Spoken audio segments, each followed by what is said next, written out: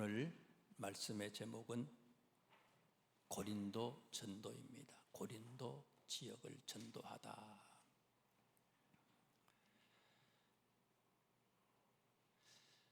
(5월) 달에 수원의 인구가 발표가 됐는데 몇 명 정도 되는지 아세요? 수원의 인구가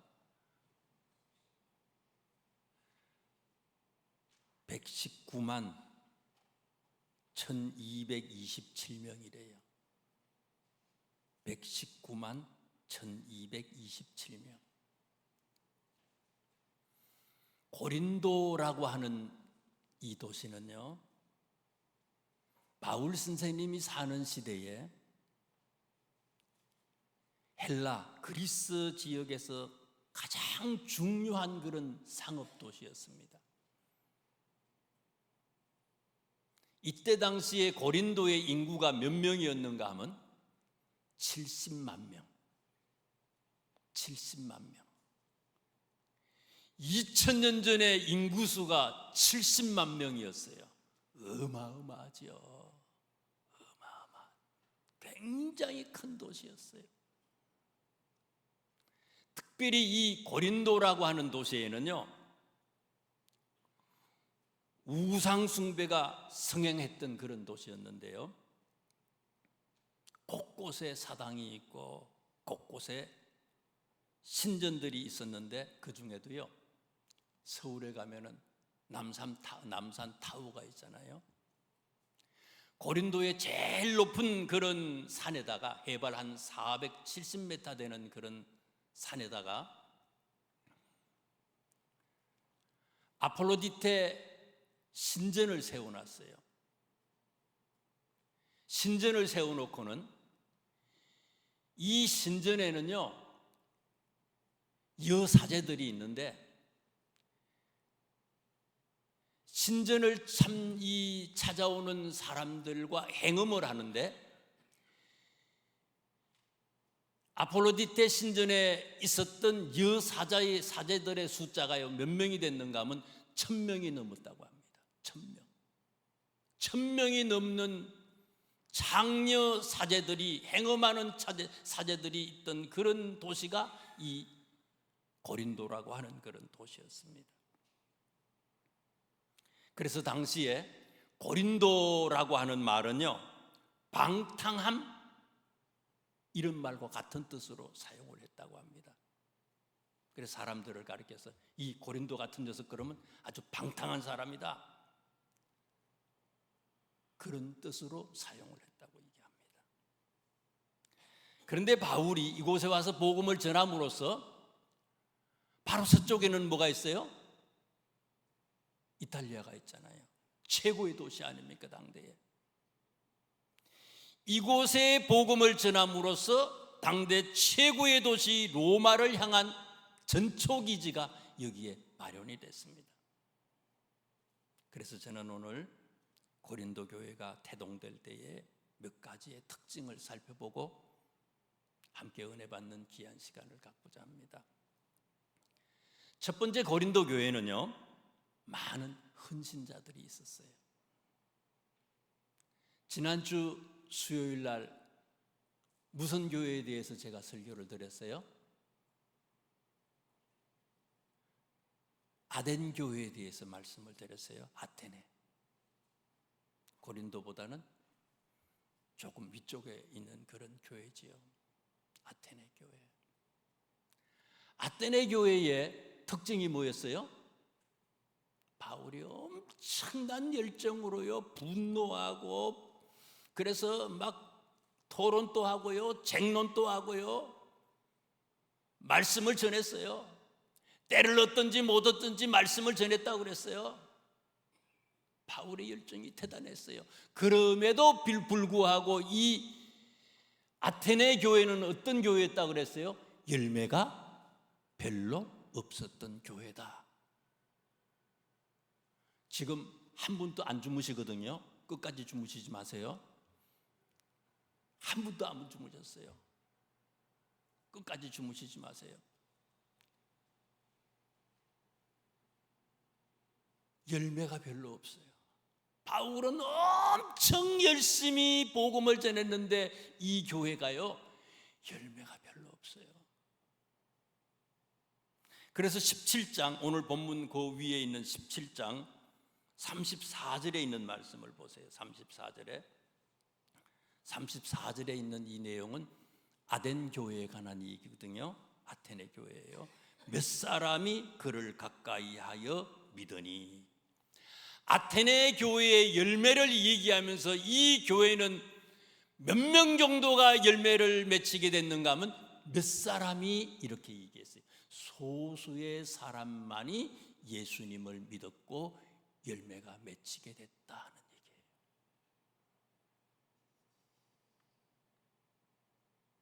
그런데 고린도 교회는요, 엄청난 헌신자들이 있었어요. 굉장히 많은 헌신자들이 있어요. 2절 3절 오늘 본문에 있는 말씀을 보세요. 누구가 나옵니까? 아굴라 브리스길라가 나와요. 아굴라 브리스길라는 뭐 얘기 안 해도 알죠, 이분이 어떤 분인지. 여기서 만나서 고린도에서 바울 선생님이 브리스길라와 아굴라를 만나서 마지막 순간까지 끝까지 바울과 동행했던 분이에요. 로마에서 추방을 당해서, 유대인들이 로마에서 추방을 당했거든요. 다 쫓아냈어요, 클라우디오 황제가.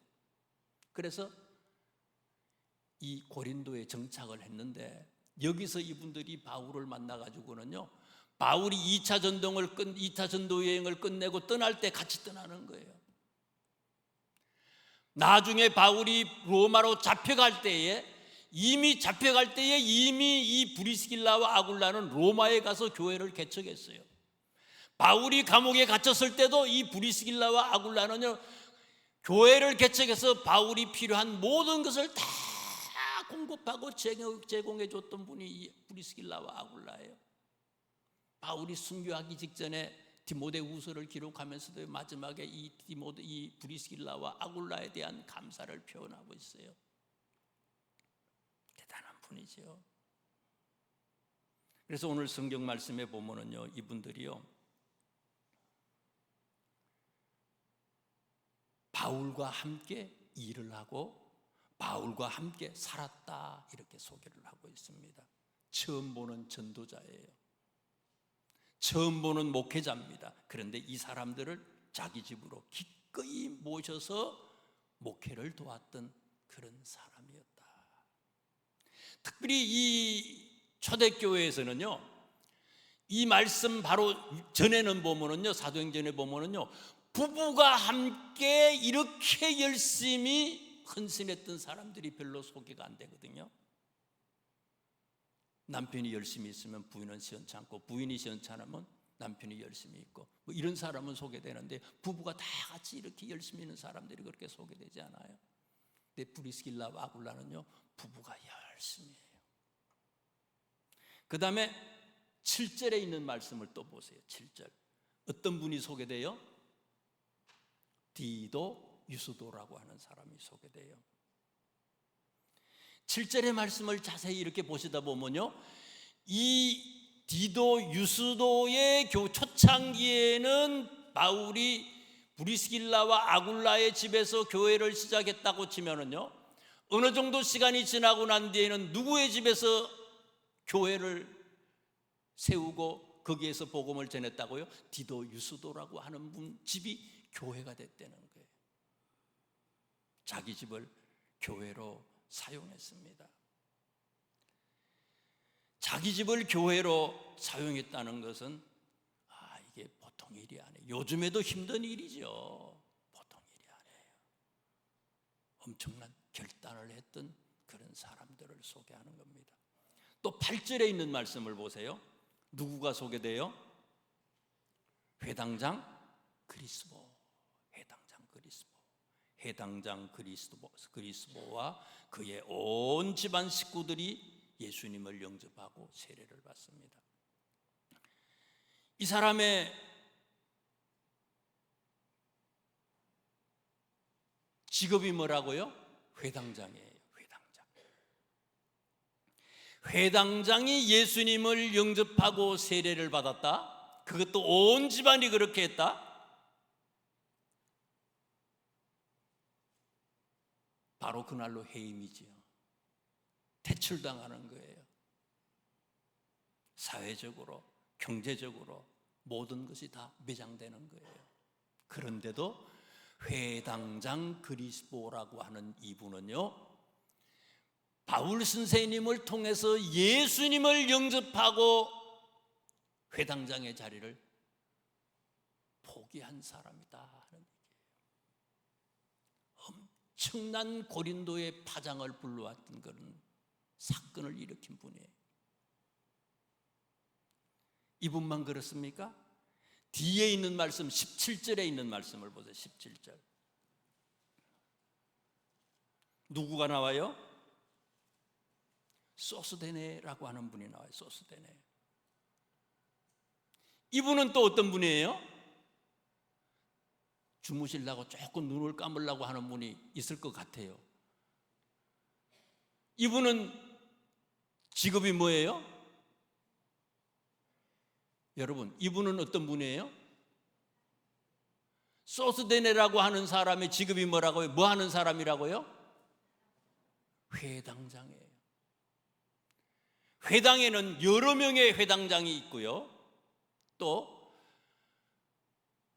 그리스도가 해임이 되고 난 뒤에 어떻게 보면 소스데네라고 하는 분이 이 최고의 그런 이 회당장의 직을 감당했을지 몰라요. 그렇게 했는데 이 소스데네라고 하는 사람도 어떻게 됐다고요? 예수님을 믿었고 영접을 했다는 거예요. 도저히 예수님을 믿을 수 없는 사람들이 예수님을 믿었다는 거예요. 많은 헌신자들이 이 고린도 교회에 있었다는 것을 우리들에게 소개하는 그런 내용들입니다. 그렇게 했더니 어떻다고요? 그 결과 어떻게 됐다고요? 8절 말씀을 보세요. 8절. 이런 교회니까 8절에 보니까 수많은 고린도 사람도 듣고 믿어 세례를 받았다. 수많은 고린도 사람도 듣고 믿고 세례를 받았다. 불량한 도시입니다. 타락한 도시예요. 행음하는 도시예요. 아주 수준 이하의 그런 도시예요. 도저히 예수님을 영접할 수 없는 사람들이 모여 사는 그런 곳이었어요. 그런데 이 교회, 이곳이 어떻다고요? 8절을 다시 읽어드릴게요. 수많은 고린도 사람도 듣고 믿어 세례를 받았다.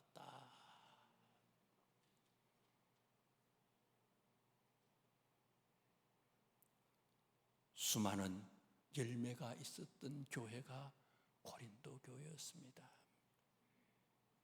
교회에는 두 종류의 사람이 있어요. 헌신하는 사람과 헌신하지 않는 사람이에요.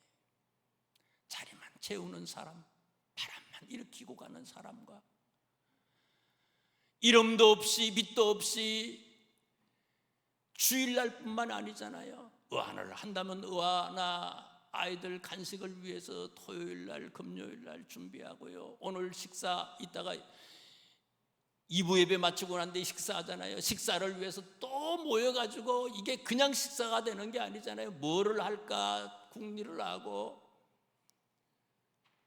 자랑을 우랭을 하고 교회 학교 어저께는 초청장치를 했거든요. 우리 교회 학교 어린이들요. 벌써 보니까 금요일날 우리 교사들이요, 청년들이 다 모였어. 아주 다 모여가지고 준비하고요, 오후부터 막 저녁까지 다 하는 거예요. 이거를요, 교회가 그냥 돌아가는 게 아니라는 거예요. 내가 오기만 하면 되는 게 아니라는 거예요.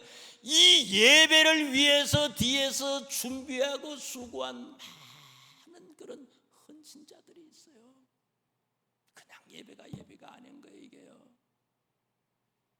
그런데도 예배에 참석도 잘 못하잖아요. 주일만 한 번 잠깐 오고 그냥 끝내잖아요. 헌신자가 있고 헌신하지 못하는 사람이 있어요. 고린도 교회는 헌신하는 사람들이 많았다. 열매가 많았다. 하나님께서 기뻐했다. 이런 교회가 우리 교회 될 수 있기를 주님의 이름으로 축원합니다. 두 번째 고린도 교회는요, 바울이 장기 목회를 하셨어요. 장기 목회. 2차 전도 여행 때에 바울 선생님이 이곳에 오셔서 말씀을 전하는데, 2차 전도 여행할 때는 어디를 바울 선생님이 전도했어요? 1차 전도 여행할 때에 가셨던 그 갈라디아 지역을 가거든요. 더베, 루스드라 그쪽 지역을 가시고 난 다음에 바로 어디로 갔어요? 에베소로 가고 싶었지만 에베소 가지 못해가지고 계속해서 성령께서 막아가지고 나중에 갔던 교회가 어디예요?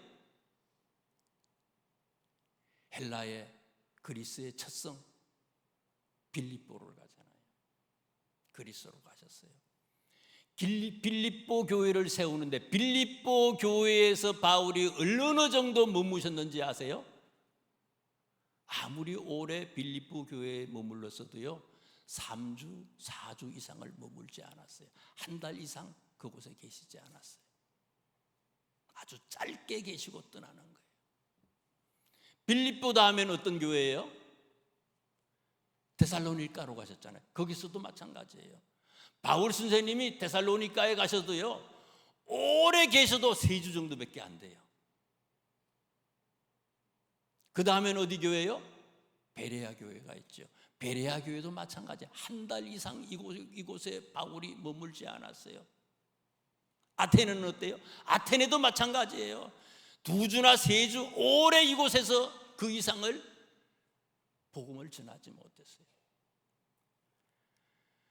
초창기 교회고요, 복음을 땅끝까지 전하기 위해서 바울이 사실은요 거의 다니시는 곳들은요 뭐 한 주, 2주, 며칠 그렇게밖에 복음을 전하지 않았어요. 그런데 이곳에 있는 교회, 이 고린도 교회 보세요. 이 고린도 교회는 얼마나 오래 계셨다고 11절에 얘기하고 있어요? 1년 6개월. 지금까지 2차 전도여행 고린도로 오실 때까지 바울 선생님이 목회하시는데 최고로 오랫동안 목회했던 곳이 어디냐? 이 고린도라고 하는 곳이에요. 1년 6개월이. 제가 올해 우리 교회 개척하고 여기 있은 지가 한 38년 되더라고요. 저에게 있어서 38년이 바울 선생님이 1년 6개월이라고 하는 건 저처럼 한 40년 동안 한 교회에 있었다 이렇게도 얘기할 수 있는 거. 이 시대로 따지면 오래 계셨어요. 물론 제3차 전도 여행 때 나중에는 에베소에서 3년을 목회하기도 했지만은 지금까지는요 최고로 오래 장기 목회하신 곳이 어디냐? 그곳이 고린도라고 하는 곳이에요. 9절하고 10절에 있는 말씀 보세요. 제가 읽어드릴게요. 밤에 주께서 환상 가운데 바울에게 말씀하시되 두려워하지 말며 침묵하지 말고 말하라. 내가 너와 함께 있음에 어떤 사람도 너를 대적하여 해롭게 할 자가 없을 것이니 이는 이 성중에 내 백성이 많음이라 하시더라. 주님이 나타나셨어요.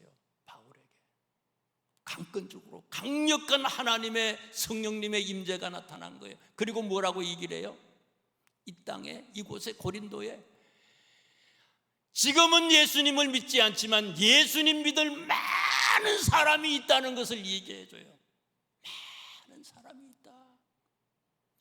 몇 사람이 아니라 엄청나게 많은 사람들이 이곳에서 예수님을 믿을 것이라고 바울한테 얘기를 하는 거예요. 믿을 사람이 많아요. 사명을 감당할 일들이 많아요. 너무 많아. 그러니 이곳을 떠날 수 있어요. 사명자는 눈을 감을 수 없는 거예요. 떠날 수 없는 거예요.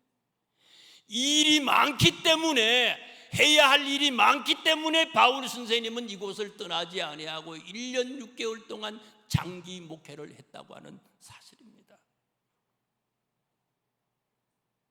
갈 때마다 바울 선생님이 어려움을 당하잖아요.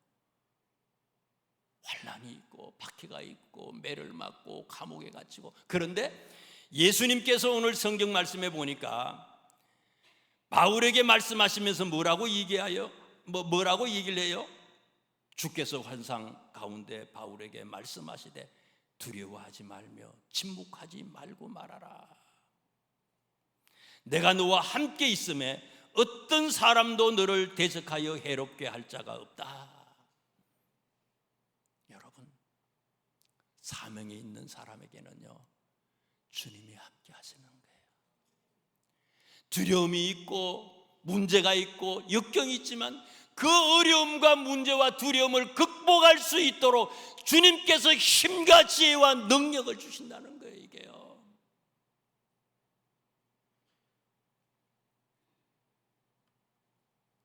그럴 테니 침묵하지 말라고, 말하라고 예수님께서 바울한테 얘기를 해주십니다. 여러분, 오늘 우리들이 이 세상에서 사시는 목적이 뭐예요? 왜 살아갑니까? 존재하는 목적이 뭡니까? 왜 하나님이 우리에게 생명을 연장시켜 줬다고 생각을 하십니까?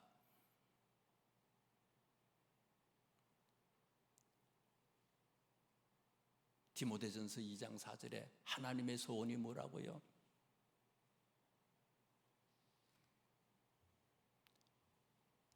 모든 사람이 구원을 받고 진리에 이르기를 원하시느니라.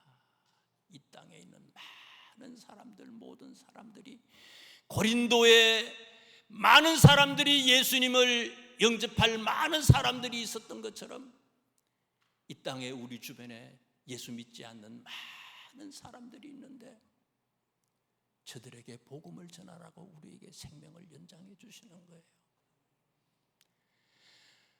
예수님은 우리에게 땅끝까지 복음을 전하는 사람이 되라고 얘기하잖아요. 이게 우리의 사명이 아닙니까? 사명을 제대로 알고 생명 걸고 사명을 감당하려고 하는 사람들에게는 어떤 일이 일어나요? 오늘 바울에게 강권적으로 성령께서 나타나셔서 위로하시고 축복하신 것처럼 두려워하지 말아라, 염려하지 말아라, 내가 너와 함께 하겠다. 어떤 상황 속에서도 문제는 있지만, 어려움은 있지만 그것을 건널 수 있는 축복을 하나님께서 약속하신다고 하는 사실입니다. 세 번째, 고린도 교회의 특징이 있어요. 고린도 교회는요, 바울 선생님이 다른 건 신경을 안 썼어요.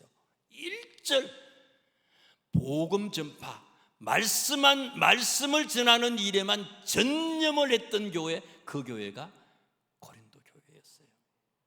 18장 3절 말씀을 보세요. 초창기에는요, 이 교회가 초창기에는요, 바울이 이곳에 가서 뭐를 해요? 천막을 만드는 일을 했대요. 은익 만드는 일을 했어요. 천막 만드는 일을 했어요. 텐트. 생활이 안 되기 때문에 생활을 위해서, 생활비를 벌기 위해서 복음을 전하더라도 먹고 살아야 되잖아요. 천막 일을 하면서 이렇게 일을 했는데 그 뒤에 5절에 있는 말씀을 보세요. 실라와 디모데가 마게도냐로부터 내려오매 바울이 하나님의 말씀에 붙잡혀 유대인들에게 예수는 그리스도라 밝히 증언하니. 그 전에 베레아를 떠날 때에, 바울 선생님이 베레아를 떠나서 아덴으로 올 때에 실라와 디모데를 남겨뒀잖아요. 마케도냐에 남겨뒀습니다. 베레아 마케도냐에 남겨뒀는데 이 실라와 디모데가 이 고린도에 합류하고 난 뒤에부터는 상황이 완전히 달라졌다는 거예요. 여기 성경 말씀에 보면요, 붙잡혀, 하나님의 말씀에 붙잡혀라고 하는 말씀이 있는데요, 붙잡혀라고 하는 말의 헬라어 단어가 뭔가 하면요, 신 에이케토라고 하는 말인데, 이 말의 뜻이 뭔가 하면요, 전념하다라고 하는 거예요. 전념하다. 초창기에는, 고린도에 오셔서 초창기에는 천막도 만들고 생활을 하기 위해서 돈도 벌고 그렇게 생활을 했는데, 디모데와 이 신라가 오고 난 데부터는 상황이 달라졌어요. 온전히 하나님의 말씀만을 전할 수 있도록 상황이 변했다는 거예요. 그 이유에 대해서 고린도후서 11장 9절의 얘기예요. 한번 찾아볼까요? 고린도후서 11장 9절.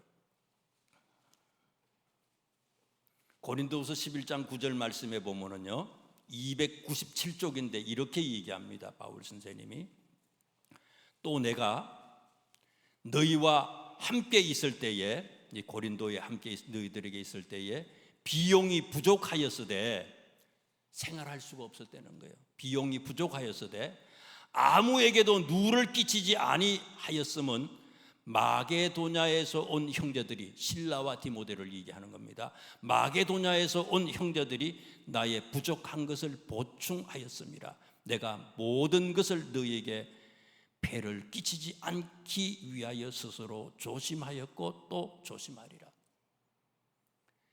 신라와 디모데가 마게도냐에서 올 때 그냥 온 게 아니고요, 그 마게도냐 지역은 어떻습니까? 빌립보도 있고 데살로니가도 있고 베레아도 있어요. 그곳에서 복음을 바울이 전했을 때요, 한 3주 정도 오래 있어봐야 3주예요. 예수 믿은 지 얼마 안 돼, 그분들이요. 예수 믿은 지 얼마 안 되는 그런 성도들인데, 그 사람들이 예수님을 영접하고 난 뒤에 바울은 지금 아테네를 떠나서 또 로마까지, 그 고린도까지 갔잖아요, 바울이. 여기에 사는 이 베레, 이 마게도니아 사람들이 헌금을 해서요, 헌금을 해서 바울 선생님의 목회에 도움을 줬다는 거예요. 그래서 바울 선생님이 고린도에서는요, 고린도 이 초보 아직 예수님을 영접하지 않았으니까 고린도 교인들은요, 이 고린도 교인들에게 폐를 끼치지 아니하고 마게도냐 성도들이 기도하고 헌금한 그 헌금으로 온전히 바울이 목회할 수 있도록 그런 상황을 신라와 디모데가 만들었다는 겁니다. 그걸 얘기하는 거예요. 고린도후서 11장에 있는 말씀만 얘기하는, 그걸 11장만 이걸 얘기하는 게 아니고요, 빌립보 4장 15절도 마찬가지예요. 한번 찾아보세요. 빌립보서 4장 322쪽입니다. 322쪽. 322쪽에 빌립보서 4장 15절에 보세요. 제가 읽어드릴게요. 빌립보 사람들아, 너희도 알거니와 복음의 시초에, 이들이 처음 예수님을 받아들였을 때 그걸 얘기하지요. 복음의 시초에 내가 마게도냐를 떠날 때에 주고받는 내 일에 참여한 교회가 너희 외에 아무도 없다. 많은 사람들이 주저했지만 빌립보에 있는 사람들은 어떻다고요? 바울을 위해서 헌금을 해서 바울이 전도하는데 선교비로 사용할 수 있도록 마음껏 도왔던 그런 교회가 어떤 교회냐? 빌립보 교회라고. 빌립보 교회에 대해서 감사하는 내용이 얘기해요. 신라와 디모데가 고린도에 합류하고 난 다음부터 바울 선생님은요, 생활을 위해서 힘쓰는 것보다는 오로지 말씀을 전하는 데에 전념을 했고, 그 결과와 수많은 사람들이 예수님을 믿게 됐다라고 하는 것이 고린도 교회의 얘기예요. 사도행전 6장 말씀에 보면요, 교회에 지도자 뽑는 얘기가 나오잖아요. 7 일꾼 뽑는 얘기가 나옵니다. 사도행전 6장 4절에 이렇게 소개해요. 우리는 오로지 기도하는 일과 말씀 사역에 힘쓰리라. 임원들의 임무가 뭐라고요? 목회자로 하여금 오로지 기도하고 말씀만 전할 수 있도록 돕는 일을 하는 것이 일꾼들이라는 거예요. 임원이라는 거예요.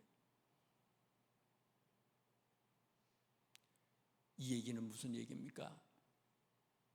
교회 평신도 지도자는 거룩한 부담감을 가질 수 있어야 된다는 거예요. 구경꾼이 아니라는 거예요. 거룩한 부담감. 이 거룩한 부담감이 교회를 교회되게 할 수 있다는 거예요.